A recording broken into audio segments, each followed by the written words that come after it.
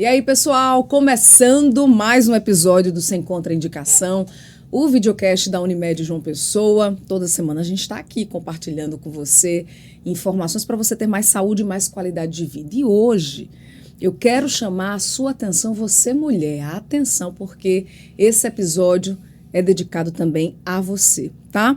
Preste atenção, fica comigo e com minhas convidadas até o fim para você ter acesso a muitas informações que vão te ajudar a ter mais saúde, mais qualidade de vida e também vão te ajudar na prevenção do câncer de mama. Estamos no Outubro Rosa, a campanha dedicada a trazer informações, esclarecimentos sobre esse assunto. E para você ter uma ideia, né, da gravidade do câncer de mama na nossa sociedade, eu trago aqui uma estimativa do Instituto Nacional do Câncer, o INCA, que diz que aproximadamente 74 mil novos casos de câncer devem ser diagnosticados, devem surgir aqui no Brasil até o fim deste ano. Um dado que chama a atenção, né, chama aí essa incidência de casos também nas mulheres mais jovens. Então fica atento, porque quando diagnosticado precocemente, as chances de cura são maiores, podem chegar inclusive ali em torno de 90%, 98%. Por isso que é tão importante repetidamente a gente trazer essas informações, não só no mês de outubro, no ano inteiro, mas já que estamos no mês dedicado ao tema, vamos trazê-lo aqui para o nosso videocast. Mas eu não estou sozinha nessa, não. Estamos trazendo aqui duas especialistas no assunto, duas médicas, mastologistas. A gente recebe hoje aqui a doutora Lakimê Mangueira. Seja bem-vinda. Muito obrigada pelo convite, Linda. É sempre fantástico a gente discutir sobre câncer de mama. O câncer de mama, na verdade, não é uma doença única. O câncer de mama são várias doenças em um único nome. Nós temos vários tipos de câncer de mama, mais agressivos, menos agressivos, com tratamentos diferentes, e uma doença que cresce assustadoramente no nosso estado, no nosso país e no mundo inteiro. Então, é muito bom a gente discutir sobre isso. Que bom, obrigada por ter aceito o nosso convite. Aqui com a gente também, doutora Jeane Sandra Nogueira. Seja bem-vinda, doutora. Muito obrigada, Linda. E aqui nesse episódio vocês vão ter a missão de trazer orientações e dicas práticas para as mulheres que estão nos assistindo. E puxar a orelha também. Também. Né? Puxar a orelha também. Mas antes, dizer a você que estamos nas redes sociais para que você possa aí acompanhar os nossos conteúdos. Você que está sempre aqui atento, né, aos episódios do nosso videocast, a gente está aqui no canal do YouTube da Unimed João Pessoa. Se você não está inscrito ainda, se inscreve, aproveita para compartilhar esse episódio com outras pessoas, tá certo? E nós temos a página no portal da Unimed específica do nosso videocast. Acesse lá, unimedjp.com.br/sem contraindicação. Estamos ainda no Spotify, no Instagram, para facilitar o seu acesso ao nosso conteúdo. Quero saber das minhas convidadas se vocês são atentas às redes sociais no sentido de compartilhar informações ou não usam muito. Sim, eu acho que é um meio que a gente tem de ajudar a população de uma maneira leve. Sim. Né? Então, a gente divulga as coisas boas e, dentre essas coisas boas, os cuidados para a prevenção, digamos assim, a prevenção secundária do câncer de mama. Eu acho que isso é uma maneira de chegar mais perto da paciente. Qual o seu Instagram, doutora? Jeane S. Nogueira. @Jeane S. Nogueira. Quem quiser encontrar a doutora Jeane no Instagram já sabe, doutora Lakimê. Então, eu acho que é importante usar as redes sociais, com certeza, e isso depois da pandemia. Então, o acesso das pessoas e a motivação para o uso. E para nós, como profissionais de divulgação de informação, aumentou consideravelmente.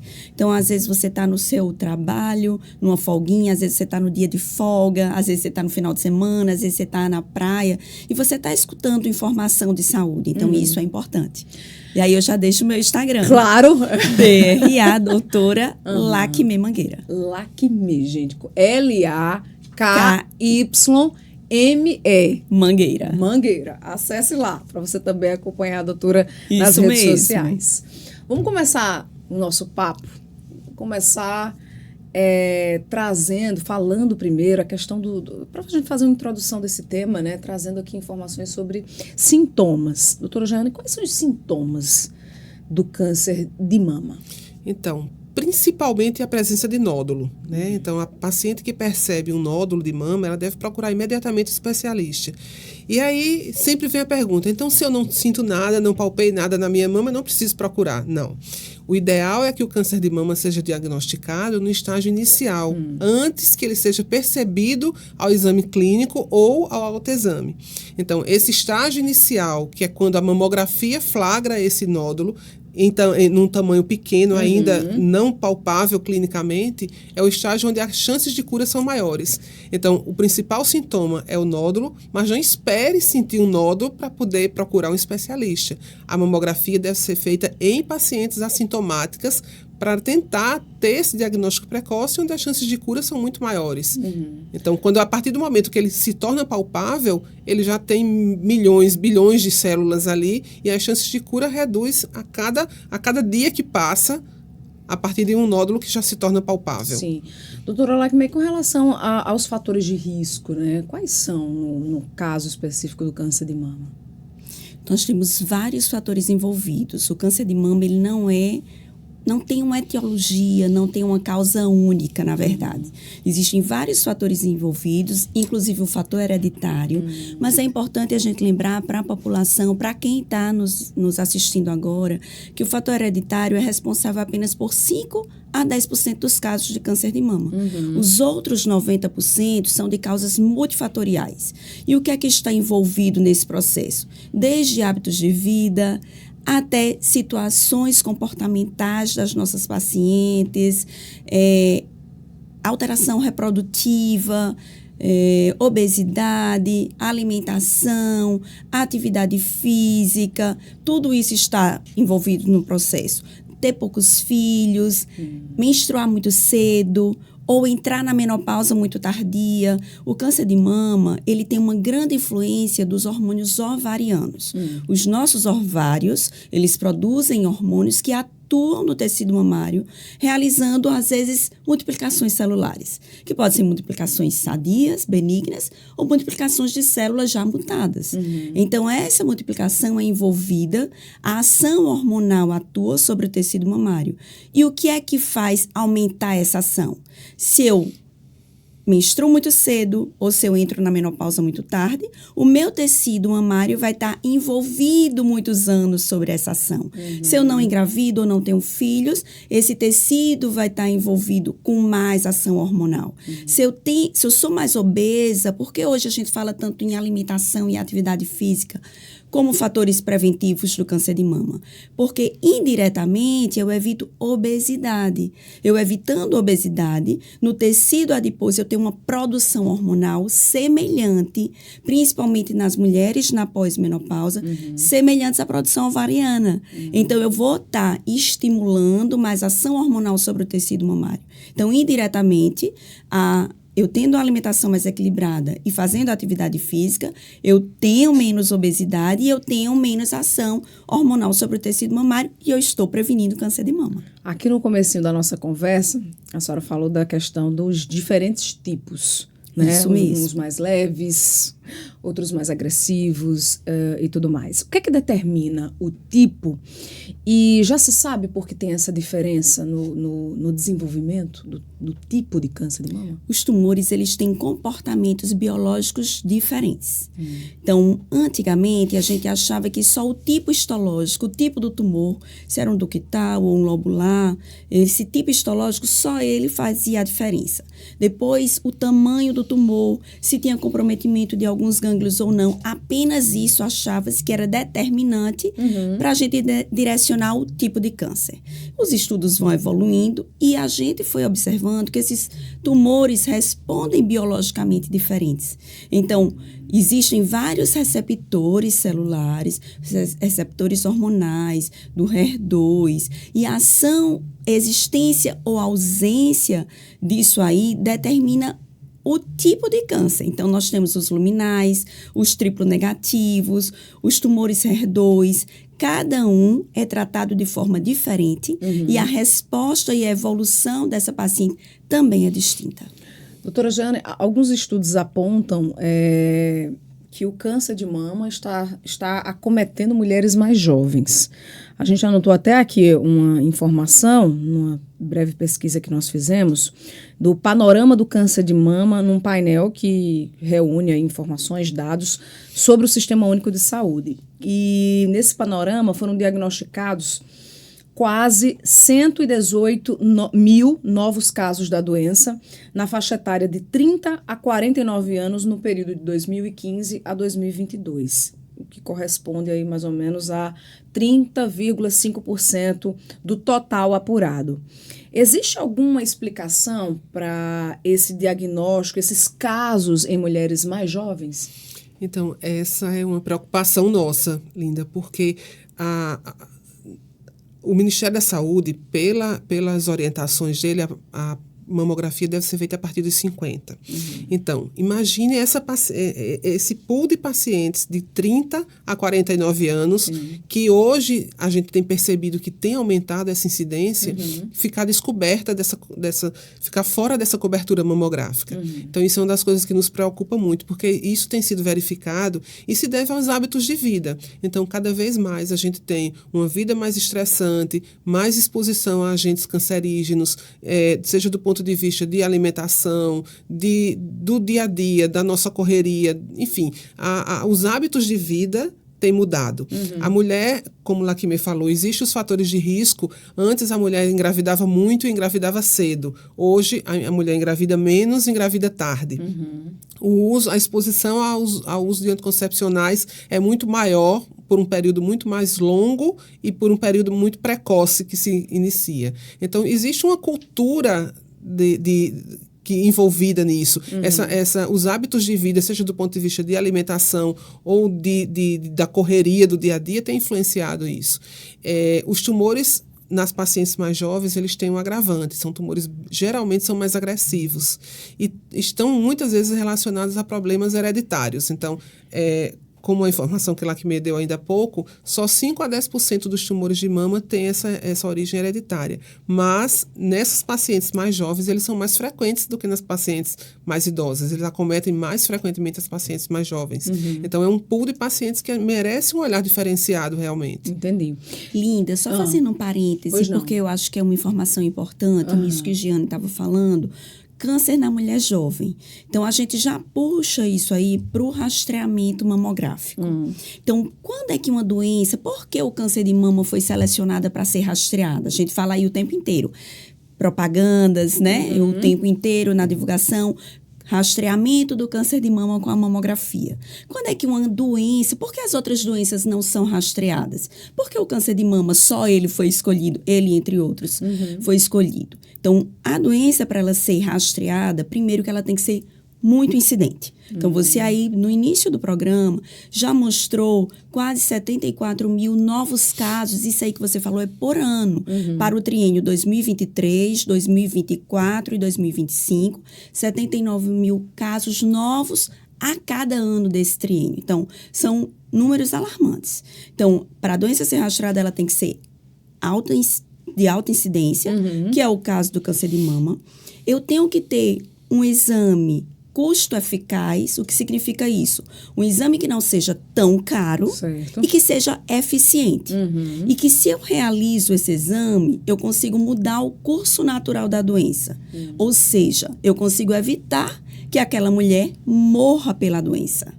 Então, eu mudei o curso natural dessa doença. No caso do câncer de mama, se você faz um diagnóstico precoce, as mulheres não morrem por câncer de mama. Então, eu tenho uma doença de alta incidência, eu tenho um exame mais ou menos barato, que eu consigo fornecer à população e que eu consigo evitar a morte pela doença. Por isso, o câncer de mama é considerado uma doença, com necessidade de ser rastreada. Só que aí o Ministério da Saúde, ele coloca esse rastreamento a partir de 50 anos de idade. Claro, a gente falando em epidemiologia para a população geral, né? Sim. E a gente também tem que avaliar custo e efetividade desse rastreamento e por isso que é feito aos 50 anos. Só que a população jovem está tendo câncer de mama. Principalmente, um dos países que isso mais acontece é no Brasil. Até mais do que em outros países. Talvez porque, pelo que Giane falou, Sim. hábitos de vida, talvez seja por isso. Então, se a mulher está tendo câncer de mama mais jovem, esse rastreamento tem que começar mais cedo, para eu evitar que essas mulheres morram por câncer de mama. E aí todas as sociedades internacionais lutam e brigam por um rastreamento a partir de 40 anos. E que esse rastreamento seja anual, para a gente evitar o intervalo, câncer de intervalo, que é, eu tenho uma doença hoje de diagnóstico precoce, que daqui a 2 anos ela vai evoluir e ela não é mais precoce e eu não consigo evitar a morte mais por aquela doença. Então, esse rastreamento é importante que toda mulher comece esse rastreamento aos 40 anos e que esse rastreamento seja anual. Só que a gente tem esse percentual que você falou aí de mulheres de 30 a 40 anos. Isso. E por que eu não posso começar o rastreamento nessa idade? Porque a mamografia, numa mama muito densa, ela não vai conseguir ver essa doença. Então, eu tenho que avaliar de outras formas. Por isso que a nossa luta é para o rastreamento a partir de 40 anos, em busca do rastreio dessa mulher e impacte na mortalidade da doença. Quando se fala em saúde, existe a prevenção primária e a prevenção secundária. Eu queria que vocês explicassem o que é cada um, né, para que todo mundo entendesse, porque não é exatamente correto falar em prevenção primária no caso do câncer de mama. A prevenção primária é você evitar o aparecimento da doença. Né? Como a gente consegue fazer no colo do útero, por exemplo. As infecções por HPV levam ao câncer de colo do útero. A partir do momento que eu diagnostico uma lesão pré-maligna ou alguma alteração no colo do útero, eu consigo interromper esse ciclo e evitar que a doença apareça. Então, eu consigo fazer uma prevenção primária. No câncer de mama, a gente não tem a prevenção primária para evitar, porque não tem um agente único. Tá. Existem múltiplos agentes que podem ser responsáveis por isso. Uma das coisas que a gente sabe que influencia são os hábitos de vida. Então, a gente orienta exercício físico, alimentação balanceada, que antes a gente valorizava muito do ponto de vista cardiovascular. Né? Então, isso a gente sempre ouviu. Isso. Mas a gente não tinha noção do quão importante era isso para todo o nosso organismo, inclusive para a mama. Hoje está comprovado que uma alimentação balanceada, que um exercício físico, ele consegue evitar o surgimento de doenças. Mas eu não tenho um fator único, então por isso que eu não consigo fazer a prevenção primária do câncer de mama. Eu consigo fazer, sim, a prevenção secundária, que é evitar que essa doença, dar o diagnóstico precoce e evitar que essa mulher morra por essa doença. Entendi. Então, a prevenção secundária é a mamografia e ou ultrassom que a gente usa. Né? Sim. Vou puxar o gancho que vocês falaram da questão da alimentação e da atividade física, né? Como orientações e aspectos que podem ajudar. Sim. Né? A ter saúde, qualidade de vida e evitar também alguns problemas de saúde. Mas eu queria também falar sobre outros fatores, aqueles fatores de risco como o alcoolismo, tabagismo, o estresse que hoje a mulher vive nessa loucura. Na sobrecarga, né? Da tripla jornada. Exatamente. Mercado de trabalho, casa, filho, marido e outras coisas mais. Então, nesse aspecto de evitar, eu queria que a gente falasse sobre esses fatores que estão presentes no dia a dia da mulher e como equilibrar isso, doutora Lakmi, como evitar que esse estresse todo acabe acarretando esses problemas, como descontar também, às vezes, o estresse no alcoolismo, no tabagismo, enfim. As coisas vão evoluindo e hoje todos nós sabemos que a saúde integrativa é o principal para o equilíbrio do corpo. Então, a gente tem que ter saúde mental e a gente tem que ter saúde física. É um combo que, se um não é mais importante do que o outro. Então, se a mulher tem essa tripla jornada, como nós conversamos, sim, e isso faz parte do nosso próprio dia a dia, né? E nesse corre-corre a gente acaba também direcionando para uma má alimentação, para não conseguir fazer atividade física, além de uma carga emocional muito grande. Então, a mulher, ela abarca tudo isso. Então, nós temos que ter organização no nosso processo. Inclusive para todas nós, né? Então, nessa organização do dia a dia, eu tenho que tirar um tempo para mim. E com isso, eu vou estar melhor de saúde, mentalmente e fisicamente, e eu vou poder fazer melhor as minhas atividades. Então, por exemplo, se eu trabalho fora, eu tenho que fazer minha atividade antes de ir para o trabalho. Eu acordo um pouco mais cedo, às 4, às 5, faço minha atividade física e vou conseguir trabalhar melhor. Se eu trabalho muito cedo, eu faço minha atividade à noite, quando eu chego do trabalho. E se eu sou dona de casa? Né? Trabalho de casa não termina tem hora, nunca. Não tem horário. Então, eu faço o almoço para 3 dias e no outro dia, no horário do almoço, eu vou fazer minha atividade física. Se eu trabalho o dia fora, por exemplo, eu saio às 6 da manhã e chego às 11 da noite em casa. Então, eu tenho que levar a minha alimentação, porque se eu parar em qualquer lanchonete, eu vou me alimentar ruim. Então, eu tenho que organizar a minha vida. Não é fácil, mas tudo é uma questão de prioridade. E financeiramente, se eu não posso ter uma boa alimentação, porque financeiramente, nesse momento, a gente sabe que alimentos saudáveis, eles são mais caros até, o que devia ser diferente. Mas eles são mais caros do que alimentos industrializados. Sim. Mas eu posso equilibrar com a macaxeira, com o inhame, com o ovo, em vez de comer um salgado ali na esquina. Então, eu tenho que organizar a minha estrutura de vida, ter um espaço para mim, para eu me equilibrar emocionalmente, até para eu cuidar dos outros, dos filhos, do marido, da casa, do trabalho extra. Entendi. É assim. Queria puxar agora a conversa também para essa questão do diagnóstico precoce, porque durante muito tempo foram feitas campanhas com relação ao autoexame, né? E algumas coisas mudaram, essa perspectiva mudou, e aí eu queria saber por que hoje essa recomendação mudou, por que a mudança, né, e o autoexame, por exemplo, está totalmente descartado nesse processo de diagnóstico precoce. Na verdade, não é que ele é descartado, Linda. A gente não estimula como antigamente. Então, lá quando começou todo o processo de verificação da alta incidência do câncer de mama, na década de 90, se estimulava muito o autoexame. Sim. Era o que a gente tinha na época, né? Nós não tínhamos um número de mamógrafos distribuídos aí no país, era o que a gente tinha para lidar. Só que quando a gente faz um diagnóstico no autoexame, nós temos tumores maiores, nós temos tumores palpáveis. E às vezes eu não consigo, como a gente falou lá atrás, mudar Sim. o curso natural dessa doença. Então, para eu fazer um diagnóstico precoce, eu tenho que fazer diagnóstico de lesões subclínicas, que nós chamamos. Mulheres assintomáticas que não palpam nada nas suas mamas, que vão fazer a sua mamografia de rotina e detectou lá uma lesão bem pequenininha. Isso é o diagnóstico precoce. Enquanto eu não sinto nada, nem de sintoma, nem palpo nada no autoexame. Certo. Agora, é importante a mulher se examinar como autoconhecimento do seu corpo, como autocuidado, mas isso não tem mais o estímulo do autoexame dispensar a mamografia. Eu não palpo nada no meu corpo e por isso eu não preciso fazer mamografia. Nós precisamos sim para fazer diagnóstico antes de aparecer alguma coisa. Ou seja, a mamografia é o meio mais eficiente para esse diagnóstico. É o exame padrão ouro para o rastreamento do câncer de mama. E por que o padrão ouro? Muita gente diz, eu posso rastrear com ultrassonografia?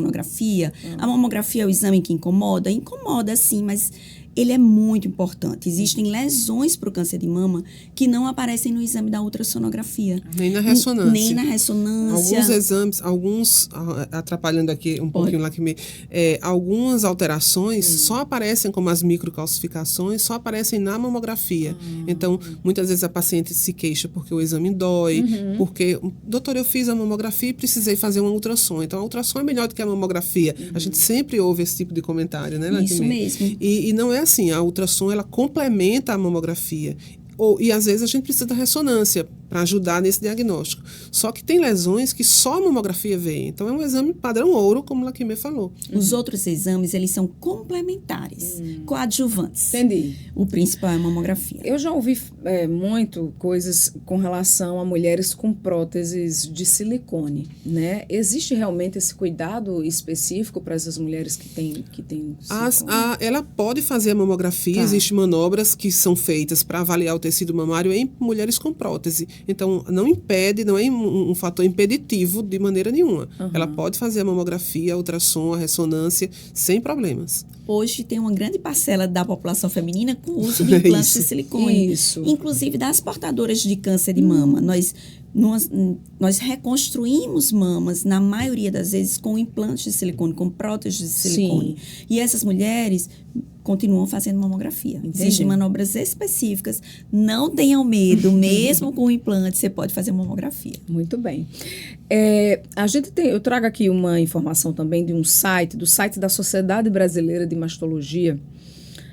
Ele diz que o Brasil dispõe de mais de 6.000 aparelhos de mamografia, que seria um número suficiente para atender a população alvo.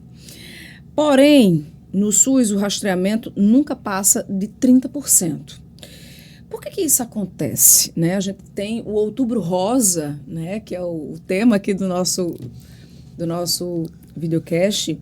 Ele já é muito falado. Mas, para além do Outubro Rosa, vocês acham que falta o quê para que essa população, esse público-alvo, ele possa se conscientizar dessa necessidade de buscar, de investigar e de fazer esse exame, a mamografia no caso, para esse diagnóstico precoce? O que é que falta? Eu acredito que o acesso, sabe, Linda? Aqui na João Pessoa e região metropolitana é muito bem coberta de aparelhos de mamografia. Sim. Mas a gente tem o interior do estado que não é assim. Quando a gente tem mamógrafos que não estão dentro do padrão do certificado que deve ter de qualidade. Então, a gente tem mamógrafos bons aqui, mas isso não se repete em todas as cidades do interior. Então, quando a gente tem essa média, acaba que o percentual cai. E existe muito isso, da paciente do sertão, a paciente do interior do estado, não ter o acesso à mamografia. Um outro detalhe é que a campanha do Outubro Rosa, ela enfatiza muito essa necessidade no mês de outubro, e a paciente entende que se não fez o exame no mês de outubro, só no outubro do ano que vem. E não é assim, ela pode e deve procurar um mastologista e fazer o seu exame o ano inteiro. A gente tem um mês no ano em que se faz toda essa alusão ao Outubro Rosa, então orientando para que procure fazer os exames de imagem. Mas o ano inteiro ela dispõe desse serviço. O ano inteiro tem serviço com mastologista e com mamógrafos disponíveis. Entendi. Mas aí acaba que direciona muito para a mulher. Tanto é que existe um aumento da incidência no mês de outubro e novembro. Certo. Da incidência não, desculpa. Da procura para o exame de mamografia, a curva é bem visível. Então, depois de dezembro, essa curva começa a cair. Então, assim, o mês de outubro funciona, mas não funciona como deveria o ano todo. Né? Esse estímulo para procurar o exame o ano inteiro. Eu listo isso, né, Jeane? Na verdade, em 4 categorias. O nosso rastreamento no nosso país ainda é muito baixo e as mulheres continuam morrendo por câncer de mama. Nós temos aí mais de 50 mulheres morrendo por dia no último censo de mortalidade por câncer de mama no nosso país, porque o rastreamento é baixo. E tem números de mamógrafos suficientes. E por que isso acontece? 4 categorias. O nosso país é um país continental. Então, esses mamógrafos, em números, eles existem, mas eles são distribuídos de forma errada pelo país. Então, regiões norte e nordeste, eles têm menos mamógrafos, os mamógrafos se concentram mais nas regiões sul e sudeste do país.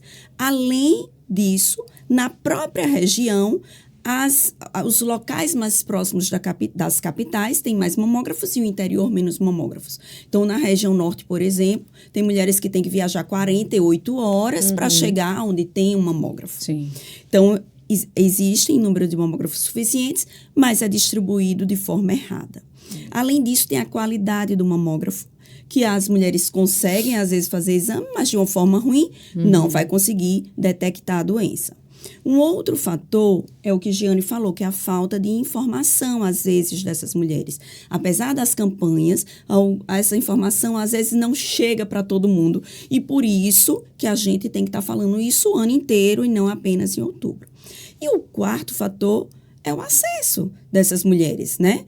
Às vezes, essas mulheres não têm acesso de transporte para ir até o mamógrafo, não têm condição financeira de pagar para ir até onde tem as clínicas, os hospitais que oferecem mamografia, tem que viajar de cidade. Então, o setor público, ele tem que abrir as portas e facilitar o acesso para essas mulheres, principalmente. No setor privado, esse acesso é mais fácil. Sim. Mas no setor público, a gente ainda tem que fornecer de uma forma mais eficaz o acesso dessas mulheres para a realização da mamografia.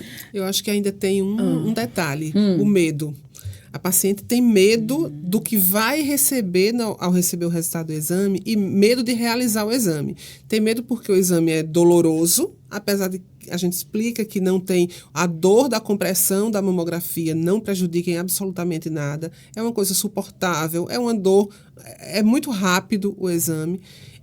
Mas a paciente ainda tem medo de fazer, medo de sofrer no momento do exame. E medo do muito mais né? medo do diagnóstico, medo do que vai vir com o resultado daquele exame. O SUS realiza a mamografia a cada 2 anos em mulheres a partir dos 50 anos, né? E mulheres a partir dos 50 anos sem sinais ou sintomas de câncer de mama. Mas a Sociedade Brasileira de Mastologia recomenda o exame a partir dos 40. E aí eu pergunto a vocês, 40 ou 50? Assim, qual 40. 40. Porque, como nós já conversamos aqui antes, tem aumentado a incidência de câncer de mama em mulher jovem. E isso a gente tem verificado no nosso país. Existe realmente uma diferença, uma disparidade com a literatura mundial, que a gente tem aqui no Brasil um aumento maior de pacientes jovens com câncer de mama. Então, não justifica mais a gente deixar esse exame a partir dos 50, como é a orientação do Ministério da Saúde, para a população geral aos 50 anos. Eu acho que a nossa orientação a partir dos 40 anos, há mais de 10 anos que a Sociedade Brasileira de Mastologia já insiste nessa tecla de mamografia a partir dos 40 e anualmente, porque existe uma lacuna muito grande.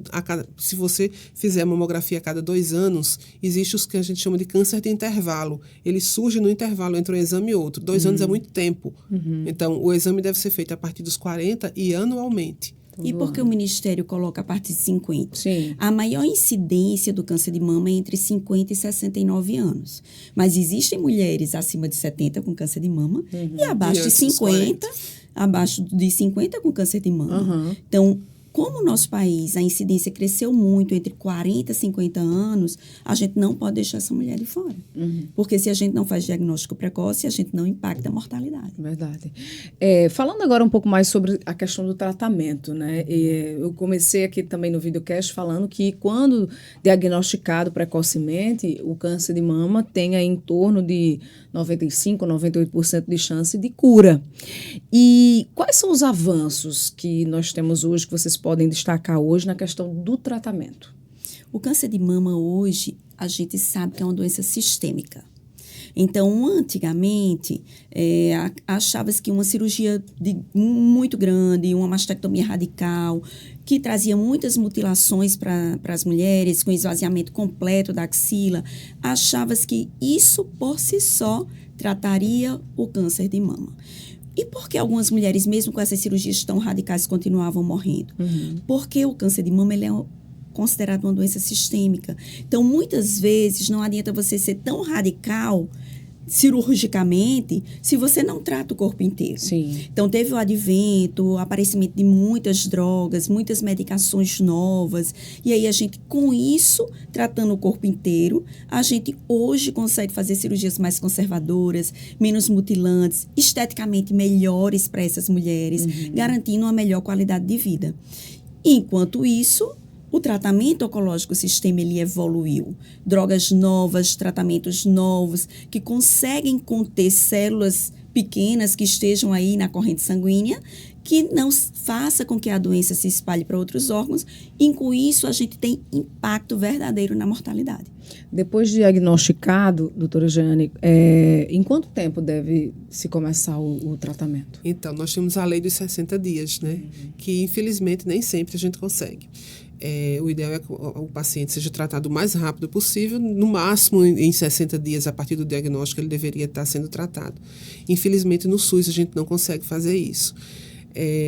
Ainda falando sobre o que a Lakimê falou agora há pouco, eu queria chamar a atenção que antes a gente indicava quimioterapia, existia um medo, existe ainda um medo muito grande da quimioterapia, de perder os cabelos, tudo. Então, assim, a gente indicava quimioterapia para pacientes com tumores grandes, para poder permitir uma cirurgia quando era nos casos praticamente inoperáveis. Certo. E hoje não. Hoje, como a Lakimê falou antes, a gente tem vários tipos de câncer. Dentro de uma mesma doença, vários subtipos. Alguns subtipos, a gente precisa começar com a quimioterapia antes, mesmo em tumores pequenos. E muitas vezes os tumores são pequenos, mesmo assim a gente começa com quimioterapia. Outras vezes eles são grandes, a gente precisa fazê-los diminuir para que seja possível a cirurgia conservadora. A cirurgia conservadora é aquela que se preserva a mama, tira só um quadrante. E hoje a gente tem o advento das cirurgias oncoplásticas, em que a gente consegue montar uma mama do ponto de vista usando técnicas de cirurgia plástica para permitir à paciente que ela fique com a sua mama e fique com a mama bonita, saudável e bonita após um câncer de mama. E isso se consegue muitas vezes com a necessidade da quimioterapia prévia. O mastologista tem se aperfeiçoado nessas nisso, técnicas, Sim. porque ele conhece a paciente como um todo, a técnica oncológica como um todo, e ele mesmo já está associando essas técnicas de cirurgias plásticas, que a gente chama de oncoplastia, para dar uma melhor qualidade de vida e um melhor resultado para essas mulheres. Quanto tempo dura, geralmente, em média, né, o tratamento? O tratamento ele é variável. Então, o tratamento do câncer de mama ele é multidisciplinar. Jeane, como a Jeane falou aí, a quimioterapia, mas nem toda mulher precisa de tratamento com quimioterapia. Tem a quimioterapia, a imunoterapia, as terapias-alvos, hormonioterapia, radioterapia, cirurgia, psicologia, fisioterapia, tudo isso envolvido nesse processo. Toda mulher vai fazer todos esses tratamentos? Não. Às vezes 1, 2, associação de todos. Isso depende de cada caso. E o tempo de tratamento depende do tratamento daquela pessoa. Então, a gente diz que o tratamento hoje ele é individualizado. Quando a paciente chega no consultório, eu digo, a gente vai montar um quebra-cabeça. Cada característica da paciente, da mulher portadora do câncer, a gente vai montando aquele quebra-cabeça para lançar estratégias de tratamento específico para aquela pessoa. Não é igual para todas as mulheres. E no caso das mulheres que precisam fazer a retirada da mama, né? Depois de retirar da mama, quanto tempo é possível fazer a reconstituição? Até imediato. O ideal mesmo procedimento. No mesmo procedimento. Já faz a mastectomia e a reconstrução imediata. Às vezes, dependendo do estadiamento, pode ser necessária uma reconstrução no segundo tempo. Mas o ideal é que faça a reconstrução imediata. E hoje em dia, essa reconstituição ela é garantida no serviço público e privado? Por lei, sim. Mas, infelizmente, a gente não tem essa reconstrução no serviço público por conta das próteses. Então, assim, nós temos um grande problema, que é a aquisição de prótese. O serviço público não consegue, o SUS repassa um valor X para o serviço público e a prótese custa 2X. Então, a conta não bate. Entendi. E nem sempre o serviço público tem condições de disponibilizar essa prótese. Então, se a reconstrução não precisar usar prótese, ela pode ser feita no mesmo momento. A gente não está colocando aqui a questão da indicação do momento. Vamos dizer que todas as pacientes precisem de reconstrução. A paciente que precisa de reconstrução no serviço público, ela não vai dispor da prótese. Então, se ela conseguir... Alguns serviços, sim. Então, eu não posso generalizar de uma maneira... isso aí. Mas alguns serviços não disponibilizam a prótese. Então, ela não tem condições de fazer a reconstrução por conta disso. A lei garante que toda e qualquer mulher tratada de câncer de mama, ela pode e deve ser reconstruída aquela paciente que foi submetida a mastectomias. Mas a gente não vê isso disponibilizado em quantidade suficiente para todas as mulheres. Então, tem serviço público de saúde aqui na cidade que consegue oferecer essa reconstrução mamária e outros que não. Que não, né? Bom, chegou o momento do nosso quadro Mente Ativa. A gente estava falando aqui sobre a questão de cuidar da alimentação, da saúde, né? E vocês falaram, a doutora Lakimê, inclusive, falou que deu aqui algumas dicas para as mulheres que têm aí essas triplas, né, jornadas. E aí eu quero saber de vocês, como é que vocês cuidam também do bem-estar, da qualidade de vida de vocês. Eu vou começar com a doutora Jeane, que eu já soube aqui que adora ler. Adoro. Eu mergulho na leitura e vou junto. Eu vivo a leitura, entendeu? Mas então, são obras assim relacionadas à medicina não, ou... Não. Geral. Nas horas de lazer é sem medicina. Ah, nas horas de lazer, até gibi se coloca na minha frente. Eu amo. Então, assim, olha, por incrível que pareça, coisas bem, bem leves, sabe? Aquelas coisas que que não vão gastar meus neurônios, mas que vão me dar um prazer imenso. É o que eu amo fazer. E esse gosto pela leitura começou na infância, no jovem? Desde criança. Lembra do primeiro livro, por exemplo, que leu? Ah, lembro. O Patinho Feio. O Patinho Feio, olha aí. Olha que memória. Inclusive, tem uma pesquisa aqui, a pesquisa Retratos da Leitura no Brasil, foi divulgada ano passado. Diz que no país são lidos 4,96, quase 5 livros por habitantes. Desses, apenas 3 são lidos do começo ao fim. Só uma curiosidade aqui.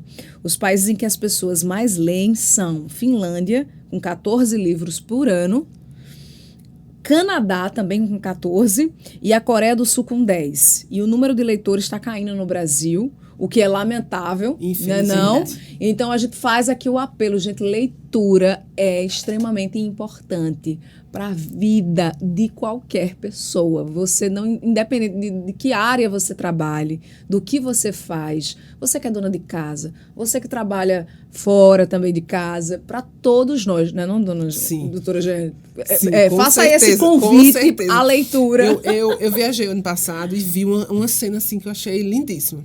Eu estava em Paris, ao redor de um daqueles lagos, num domingo de tarde, todo mundo com um livrinho lá lendo. E eu fiquei assim, meu Deus, que coisa linda. Eu me realizei. Ninguém com o celular na mão. Ninguém jogando. Então, assim, eu me realizei ao ver aquilo. Eu digo, meu Deus, que coisa linda. Todo mundo lendo.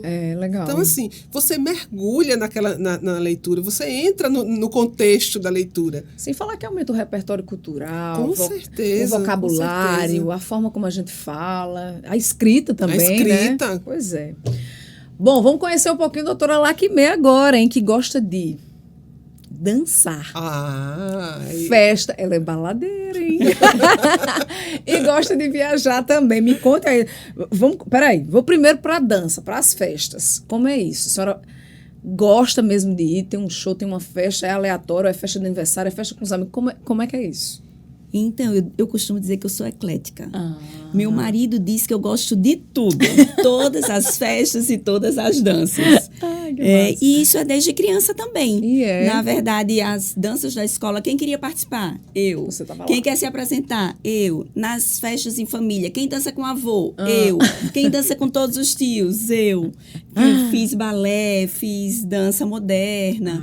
E hoje eu não faço mais dança, mas continuo dançando a vida inteira. E eu digo que eu recarrego minhas energias na dança. Que bom. E nas quando festas. A gente quer saber a programação do Campina Grande, a gente pergunta lá que mesmo. São João. Tem o quê? Ela sabe tudo. É baladeira? Sou sim, também. É baladeira. Olha, que legal. Quem gosta de dançar, gosta de ir para as festas dançar. Não é verdade? E assim, com os corres do dia, de quanto em quanto tempo você diz assim, não, essa semana, uma vez na semana, ou quantas vezes por mês você diz, não, vou para uma festa, vou hoje sair, vou hoje dançar, Então, hoje no nosso ritmo de vida, né, com a medicina, que ocupa grande parte do nosso dia e muitas vezes do final de semana. Também, né? Isso fica um pouco restrito no final de semana, mas eu costumo dizer, sempre que eu tenho uma oportunidade. Eu falei para você que ontem eu estava operando até às 11 da noite. Isso. Se você dissesse, Laquimê, vamos dançar ali, eu seguiria a partir das 11. O pós. Então, se o final de semana tiver oportunidade, eu estou lá. Todas as festas, Carnaval, São João, eu estou sempre. Olha. Aí eu costumo organizar minha agenda para atingir essa meta. Para poder conseguir. Isso mesmo. Muito bem. E gosto também de viajar. E gosto também de viajar. Qual foi a sua última viagem? Para onde foi? Qual o destino? Inglaterra. Minha última viagem foi para a Inglaterra. Olha aí. Viajei com os meus filhos, com os meus pais, foi legal. A família toda, foi muito bom. Que bacana. E costuma viajar de quanto em quanto tempo? Umas 3 vezes por ano, numa viagem maior. Final de semana, um bate e volta ali, em um local mais próximo, sempre que possível. Muito bem. Olha aí, tá vendo? São dicas e formas que elas encontram para poder também recarregar as energias, né? E manter a saúde mental. Olha aí, importante. Por falar em saúde mental, por falar em recarregar as energias, eu tenho um convite para fazer a vocês e a você que nos acompanha, porque dia 1º de dezembro vai ter o quê? Vai ter a corrida da Unimed João Pessoa. Imagina aproveitar, né, as nossas belezas naturais aqui na capital paraibana e fazer sua atividade física junto com toda a turma aqui da Unimed. Teremos alguns percursos de 5 a 10 quilômetros, né? E também um percurso especial de 1 quilômetro para crianças de 2 a 13 anos de idade. Então, a família inteira pode participar, pode chamar todo mundo. Dia 1º de dezembro, coloca aí na sua agenda. Inclusive, acesse o nosso portal para você já se inscrever. Unimed já está inscrita? Já. Olha, eu já garanti minha inscrição também, viu?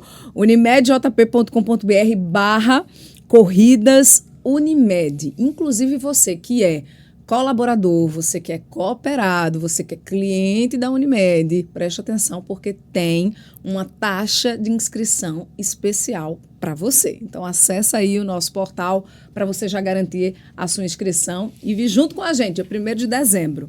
Tá todo mundo convidado. Vai, né? Já estou. E eu vou já me inscrever. Olha aqui, doutora Laquine. Já vou me inscrever hoje. Já foi intimada para isso mesmo aqui com a gente. Muito bem. Bom, eu queria agora tocar num assunto que eu acho que é bem importante, que é sobre o apoio emocional à mulher, né? Principalmente nesse momento de que ela recebe o diagnóstico. Porque, por mais que se fale, sobretudo no mês de outubro, e que bom que, né, de uns anos para cá a gente aumentou esse acesso à informação sobre o tema, mas mesmo assim, ao receber o diagnóstico, acho que tem aquela coisa assim que assusta. Então, qual a importância desse apoio emocional? Vamos começar nesse momento do diagnóstico, essa mulher respirar, entender e buscar o caminho para o tratamento. Eu sempre digo que quando tem um diagnóstico de câncer, não adoece, não é uma pessoa que está doente, é a família que adoece junto. Porque assim, o transtorno emocional é para a família toda. E se essa mulher e essa família não recebe o apoio, esse tratamento, existe uma diferença que a gente nota, a gente percebe quando a gente acompanha a paciente, aquela que é bem acolhida, que a família está lá unida, sobretudo do ponto de vista espiritual, que eu acho que é um momento em que requer muito isso, sabe? Da espiritualidade. Seja lá qual for a religião, tem que ter essa espiritualidade.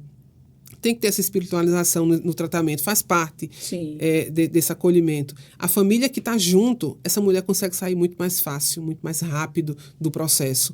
Aquela que não tem, porque acontece de tudo, Linda. Acontece o marido que abandona no diagnóstico, porque a mulher vai fazer uma mastectomia. Acontece o marido, a família e os amigos que se afastam porque ela está carequinha, porque perdeu o cabelo na quimioterapia, coisas que você nem imagina que possa passar uma paciente por conta disso acontece. Então, aquela paciente que tem toda a estrutura familiar, que ele recebe o apoio, o tratamento dela, com certeza o curso é diferente daquela que não tem esse apoio. Nesse início de tratamento, também vocês indicam, e é importante, por exemplo, a ajuda de outros profissionais para que a mulher possa enfrentar, né, esse processo, como psicólogo, psiquiatra, enfim. Psicólogo a gente sempre indica, porque assim, o tratamento do câncer de mama é muito disciplinar, e tem que ter uma das esferas que deve ser abordada é essa esfera emocional. Então, o tratamento com o psicólogo é fundamental. Tem muita gente que recorre à internet hoje em dia para Doutor Google. O doutor Google, não é? O que é um É equívoco, verdade. minha gente. Se você tem essa prática, pelo amor de Deus, a gente está aqui para lhe dizer que muito cuidado. E aí, qual o prejuízo, por exemplo, para a saúde mental de uma pessoa que diagnosticada com um câncer de mama vai para a internet e vê coisas que são verdades, coisas que não são, coisas que não estão dentro da realidade dela, porque, como já foi falado aqui, cada caso é um caso. Enfim, qual o perigo de se fazer isso, doutora Lakmé? Enorme, né? Na verdade, a gente tem na internet informações verdadeiras, informações falsas, informações verdadeiras que são interpretadas equivocadas. Então, às vezes, essas mulheres que recorrem à internet leem até uma informação que é verdadeira, mas ela interpreta completamente diferente. Sim. Nós que somos profissionais de saúde, estudamos aí anos e anos. Quando a paciente chega na nossa frente, ela pergunta assim: qual é o meu tratamento? E a minha primeira resposta é: ainda não sei. E por que ainda não sei? Porque depende da soma das pecinhas daquele quebra-cabeça. Para eu tratar você individualmente, de forma correta, com a resposta melhor. Como é que no Google, que ele vai estar dizendo ali, em larga escala, o tratamento é esse? Mas será que esse é o seu tratamento? Isso. Será que esse é o seu caso? Então, é importante você sempre procurar um especialista para nem você exacerbar o que você não tem, nem você deixar de fazer algo que você precisa fazer. Entendi. Né? Entendi. Então, a gente tem que ter muito cuidado. A internet traz informações muito boas, Sim. né? Gera informações e conteúdos bons, mas a gente tem que selecionar e sempre procurar alguém especialista em que entenda mais que nós, para decifrar aquele conteúdo. E a questão da espiritualidade também nesse momento de apoio? Como é que... É muito importante. Nós verificamos que as pacientes que estão com apoio na espiritualidade, envolvimento com isso, independente, como o Jeane falou, da religião, não é questão de religião, né? É questão de acreditar em tempos melhores, em ondas boas, em ondas ruins que vão melhorar, né? Em uma outra vida. E isso faz com que todas as pacientes que estejam envolvidas nesse processo, elas reagem melhor ao tratamento, elas respondem melhor ao tratamento e elas ficam com a qualidade de vida melhor durante e após o tratamento. Inclusive, muitas dessas mulheres, elas ressignificam as suas vidas. Então, eu tenho muitas pacientes que dizem: hoje eu sou uma outra pessoa depois do meu diagnóstico, depois do meu tratamento. Eu verifiquei algo na vida que eu não verificava. Eu faço hoje coisas que eu não fazia. Hoje eu sou uma pessoa melhor. Então, a gente vê muito isso na nossa acontecendo, né? Doutora Lakmé, minha gente, ela é voluntária de um projeto muito legal, né, que é o Mãos que Apoiam, que é realizado pelo Instituto Unimed João Pessoa. Esse projeto, ele oferece um atendimento de graça a mulheres de comunidades aqui em João Pessoa com risco, né, de câncer de mama. E está chegando a 5ª edição esse ano de 2024. Desde a primeira, em 2020, até a 4ª, no ano passado, 70 mulheres aqui já foram beneficiadas. O que é o projeto Mãos que Apoiam? Como é que funciona, doutora Lakmé? Conta pra gente. É muito interessante, né? É um projeto da Unimed, de atendimento da população carente ali do entorno do hospital da Unimed. Principalmente aquela população que não tinha acesso ao atendimento com especialista, não tinha acesso no serviço público à realização da mamografia. Então, na verdade, as mastologistas envolvidas nesse processo sou eu, doutora Débora e doutora Tassiane. Jeane também participou em um ano anterior. E nós atendemos essas mulheres de forma voluntária.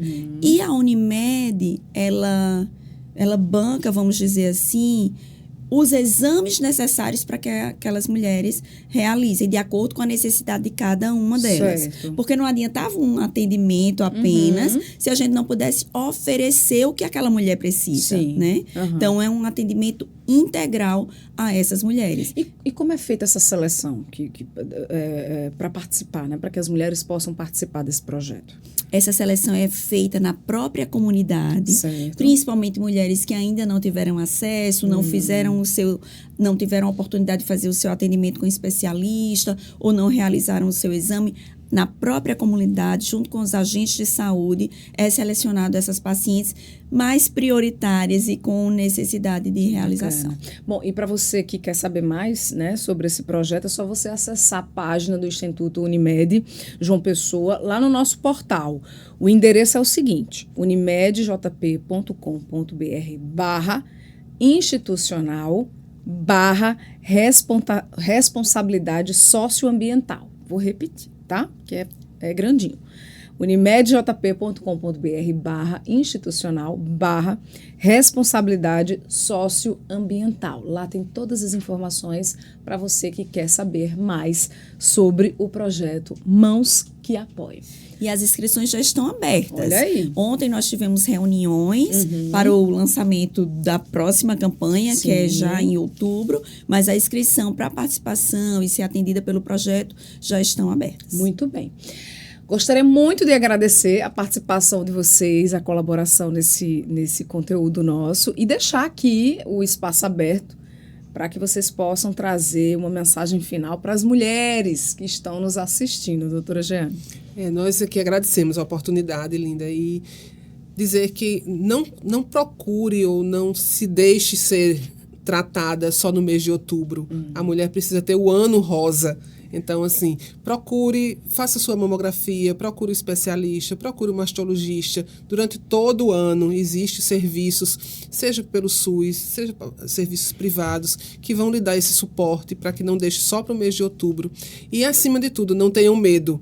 Não tenham medo do diagnóstico, primeiro porque o câncer de mama tem cura, sim. Só precisa que seja diagnosticado precocemente. Não tenham medo de fazer o exame, porque o exame maltrata um pouco, dói um pouquinho, mas é rápido, é super tranquilo e as vantagens que ele vai trazer são muito maiores do que a dor.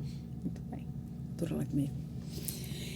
Lembrar que o câncer de mama, como a gente falou durante toda a nossa conversa, é o câncer de mama de alta incidência e que muitas mulheres ainda morrem muito no mundo, no nosso país, no nosso estado, por câncer de mama. E lembrar a necessidade de realização desse diagnóstico precoce. Como Jeane falou, existe fornecimento tanto serviço privado quanto serviço público e que todos nós estamos envolvidos nesse processo. Tanto você, mulher, que está nos ouvindo, quanto nós, como profissionais de saúde, nós temos que levar a informação e assistência a essas mulheres, quanto o setor público que tem que oferecer a essas mulheres a oportunidade de diagnóstico precoce e a oportunidade de tratamento efetivo e eficaz. E só voltando lá para a nossa conversa no início, você falou, dá um puxão de orelha nessas mulheres. Eu sempre costumo dizer, quando as pacientes chegam para o meu atendimento, doutora, eu nunca mais vim, nem queria vir porque você ia puxar a minha orelha. E a minha resposta, eu nunca puxo a orelha. Porque se aquela mulher não foi, é porque não foi oportunizado para ela. Então, eu sempre brinco e digo, seja bem-vinda que você teve a oportunidade de vir esse ano. Então, a gente tem que oferecer a essas mulheres diagnóstico precoce Sim. e tratamento efetivo. Muito bem. Obrigada, gente. Obrigada. Disponha sempre. E nós que agradecemos, na Não, verdade, a você que oportunidade. agradece. Foi ótimo, uma conversa muito, muito esclarecedora sobre o tema, principalmente para que você tenha consciência, não é só no mês de outubro que você deve buscar, né, fazer os seus exames, buscar um especialista no assunto, cuidar da sua saúde, mas sim o ano inteiro, tá bom? Muito obrigada pela sua companhia. Semana que vem tem mais, viu? Tem mais episódio do nosso videocast. Até lá.